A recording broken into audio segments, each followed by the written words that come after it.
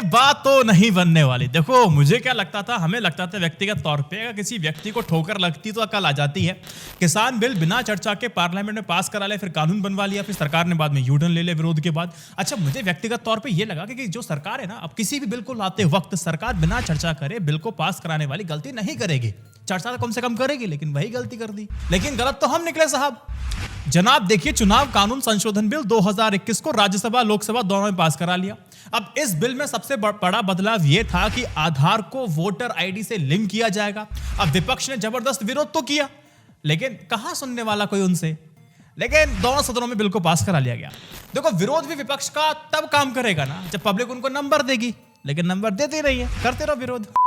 इन सारे बिलों की उस बात को एनालाइज करने से पहले आप ये बात जान लीजिए कि आधार कार्ड के साथ मतदान पहचान पत्र को जोड़ना अनिवार्य नहीं है। सरकार ने ऐसा कहा है। यह सिर्फ स्वैच्छिक है और वैकल्पिक है, यानी कि वॉलेंटरी है। लेकिन INI न्यूज इंडिया के जो दर्शक है ना, जो स्मार्ट ऑडियंस है, उसको पता है ये स्वैच्छिक कुछ नहीं होता। स्वैच्छिक शर्त धीरे धीरे अनिवार्य शर्त में बदल जाती है, तब्दील हो जाती है। जैसे पहले कहा गया था ना कि आधार को सिर्फ जो वंचित वर्ग को सब्सिडी देने और राशन पहुंचाने के लिए काम किया जाएगा, लेकिन अब उसका इस्तेमाल कहां हो रहा है? हर जगह इस्तेमाल हो रहा है ना उसका। टेलीकॉम में इस्तेमाल हो रहा है, स्वैच्छिक कह करके हर जगह इस्तेमाल किया जाने लगा। देखो, बैंकिंग सेक्टर में इस्तेमाल हो रहा है, टेलीकॉम सेक्टर में इस्तेमाल हो रहा है, तमाम जगह पर इस्तेमाल हो रहा है। आधार का इस्तेमाल हो रहा है। अब वोटर आईडी कार्ड के साथ भी कुछ इस तरह से इस्तेमाल होगा। दूसरी बात स्वैच्छिक है। वैक्सीन को लेकर बताता हूं कि वैक्सीन कोई कंपल्शन नहीं है, लेकिन लगवाने सबको पड़ रही है। वजह यह है कि बिना वैक्सीनेशन के आप कुछ प्लेसेस पर एंट्री आपको नहीं मिलेगी जब तक आपके पास वैक्सीन की दोनों डोजेस नहीं है। एक बात को समझ लीजिए कि आप आधार कार्ड के साथ मतदान पहचान पत्र को जोड़ना, स्वैच्छिक तथा वैकल्पिक वाली बात को भाई डस्टबिन में डाल दीजिए साहब, ये तो करना पड़ेगा। अब आते पॉइंटर्स की बात करते हैं, लोगों की चिंताओं की बात करते हैं। आखिर इस बिल में जो पॉइंट उठाए जा रहे हैं, उसके जो चिंताएं हैं वो क्या क्या है। अब क्या क्या बात का विरोध हो रहा है, सरकार क्या कह रही है, दोनों बात मैं आपको बताता हूं। देखो, अभी क्या सरकार कहती है कि देश में अभी करोड़ों की संख्या में डुप्लीकेट वोटर आईडी बने हुए हैं। नया कानून बनने के बाद ये सभी गायब हो जाएंगे। अब वोटर आईडी को आधार के साथ लिंक करने वाले जितने भी घुसपैठिए हैं उनको पकड़ने में मदद मिलेगी। अब फेक वोटर आईडी के जरिए जो और कई तरह की गैर कानूनी गतिविधियां होती हैं उस पर लगाम लगाई जा सकती है, उस पर अंकुश कस जाएगा। ये कानून बन जाता है तो फर्जी वोटिंग पर भी नकेल कसी जाएगी। देखो, जो व्यक्ति है उसका शहर में भी लिस्ट में नाम है और गांव में भी वोट दोनों जगह देता है। अब ये जो बिल आ जाएगा तो सिर्फ एक जगह वोट दे पाएगा जहां का वो है। फर्जीवाड़ा खत्म हो जाएगा। नया कानून बनने के बाद लोग अलग अलग स्थानों पर मतदाता सूची में नाम नहीं जुड़वा सकेंगे। इस तरह चुनावों में धांधली गुंजाइश कम हो जाएगी। अच्छा, ये सारी बातें सुनने में कितनी अच्छी लगती हैं, लेकिन यहां तक आपको बताया जाता है इसलिए अच्छी लगती हैं। लेकिन हर बार की तरह INI न्यूज इंडिया अपने दर्शकों को वहां से बताना शुरू करता है जहां तक ये लोग यानी कार्यकर्ता टाइप जो मीडिया है बता करके चले जाते हैं। देखो, मेरा वर्जन सुनिए। फर्जी वोटिंग खत्म हो जाएगी, इस पे मुझे शक है। देखो, आधार कार्ड में पता बदलवाना बहुत मुश्किल है क्या? दिल्ली में जाइए, ऑटो के पीछे लिखा होता है कि भैया 10 मिनट के अंदर आधार कार्ड बनवा लीजिए। एक एग्जाम्पल लीजिए, बिहार का आदमी दिल्ली के पते पर आधार कार्ड ले सकता है और फिर वही बिहार आने पर दिल्ली का पता बदल सकता है। जब यह सब इतनी आसानी से हो सकता है तो इस फैक्ट को कैसे नजरअंदाज करें कि फर्जी वोटरों की चुनाव से पहले बाढ़ आएगी। पहले ही हजारों लोग आकर के उत्तर प्रदेश के पते पर आधार कार्ड ले लेंगे या फिर उस एड्रेस को अपडेट करा लेंगे। तो यहां समस्या आपको कम होती दिखाई देगी या बढ़ती दिखाई देगी, यह आप मुझे बताइए। यहां तो समस्या ज्यादा पेचीदा होती जाएगी। शशि थरूर की मैं इस बात का यहां पे जिक्र करना चाहूंगा, इस बात को और ज्यादा असरदार तरीके से बनाती है। कांग्रेस के सांसद हैं शशि थरूर। सदन में उन्होंने इसका विरोध करते हुए कहा था कि देखो, आधार किसी आवास का प्रमाण है, ना कि नागरिकता का। हमारे देश में केवल नागरिकों को वोट देने का अधिकार है।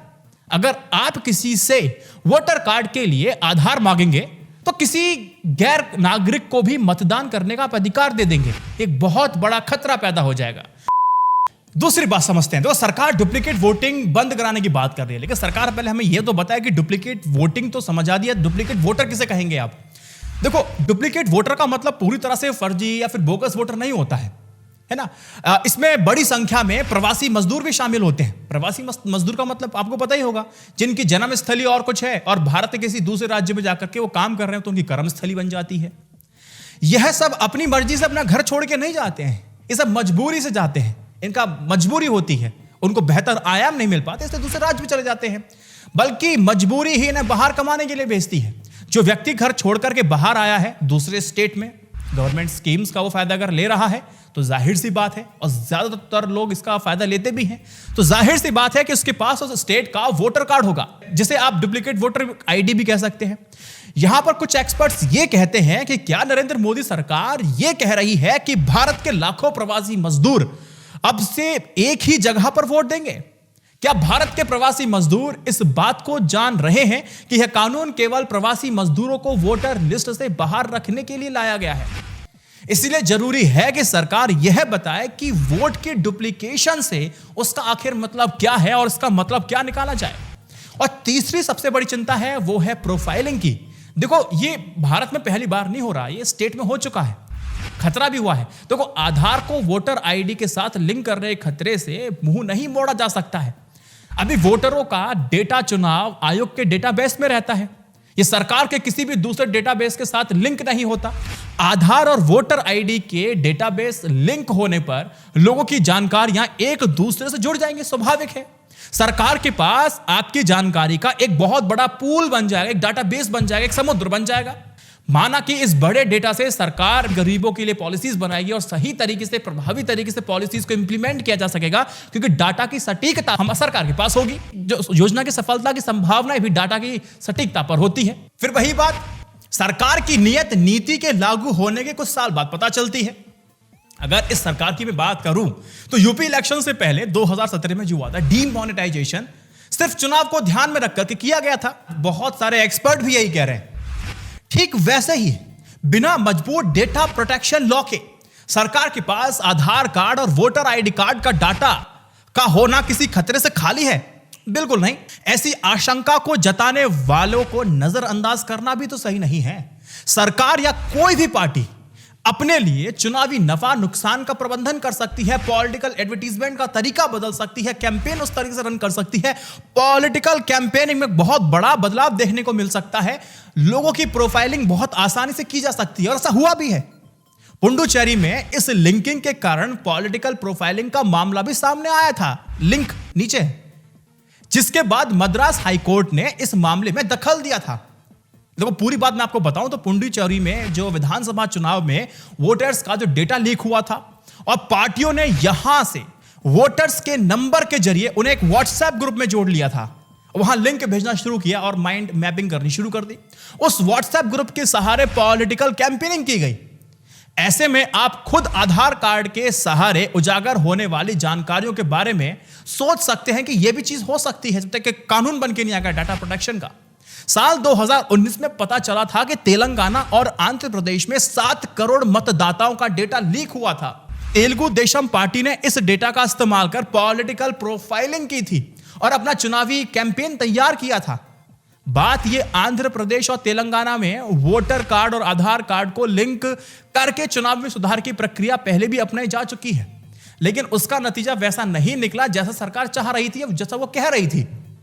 पता चलता है कि आंध्र प्रदेश के तकरीबन 50 लाख परिवारों की राज्य सरकार की एक वेबसाइट सर्विलांस कर रही थी। क्या क्या था उसके अंदर? उनके जाति, धर्म और परिवार के बारे में जानकारी इकट्ठा कर रही थी। प्रोफाइलिंग इसी को कहते हैं, एक एक चीज को देखा जाता है। लोगों ने जब सवाल करना शुरू किया कि बिना उनकी जानकारी के आधार नंबर कैसे लिया गया, तो सुप्रीम कोर्ट ने रोक लगा दी तुरंत। उसके बाद भी तेलंगाना के तकरीबन 20 लाख लोग वोट नहीं दे पाए थे। यहां पर अगर विपक्ष ने यह कहता है कि यह सारी संभावनाएं बन सकती हैं, तो क्या वो गलत कह रहा है?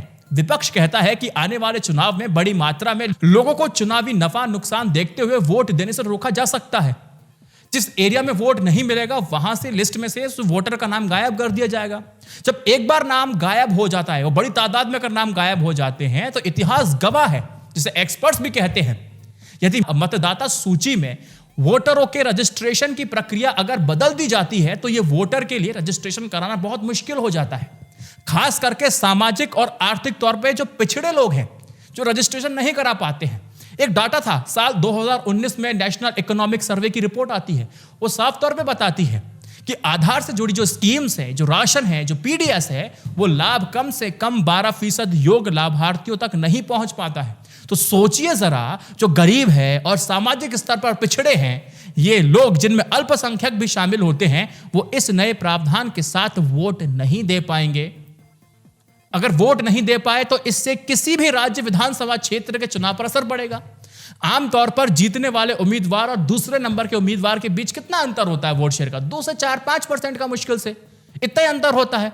अगर लाखों लोगों का नाम चुनावी लिस्ट से अगर बाहर हो गया तो यकीनन देश और राज्य के चुनावों पर इसका साफ तौर पर असर देखने को मिलेगा। अब एक सवाल कर सकते हैं कि एक बात बताओ कि अगर सुधार आधार से नहीं तो फिर सुधार कैसे हो सकता है? देखो, अगर वाकई फर्जी नामों को निकालना है तो चुनाव आयोग डोर टू डोर अपने टीम को भेज सकता है, वहां सवाल जवाब करे और वहां छटनी कर दे कि हाँ नहीं है, और मतदाता सूची को अपडेट कर दे।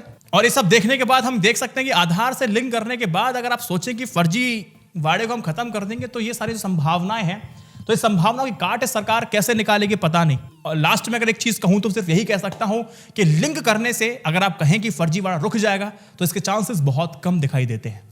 रिजल्ट आपके सामने। और इस डाटा का इस्तेमाल एक डिक्टेटरशिप के लिए भी बहुत आसानी से किया जा सकता है, लेकिन वीडियो लंबा हो गया, नहीं तो ये अपने आप में एक 10-15 मिनट का और एक लंबा वीडियो है।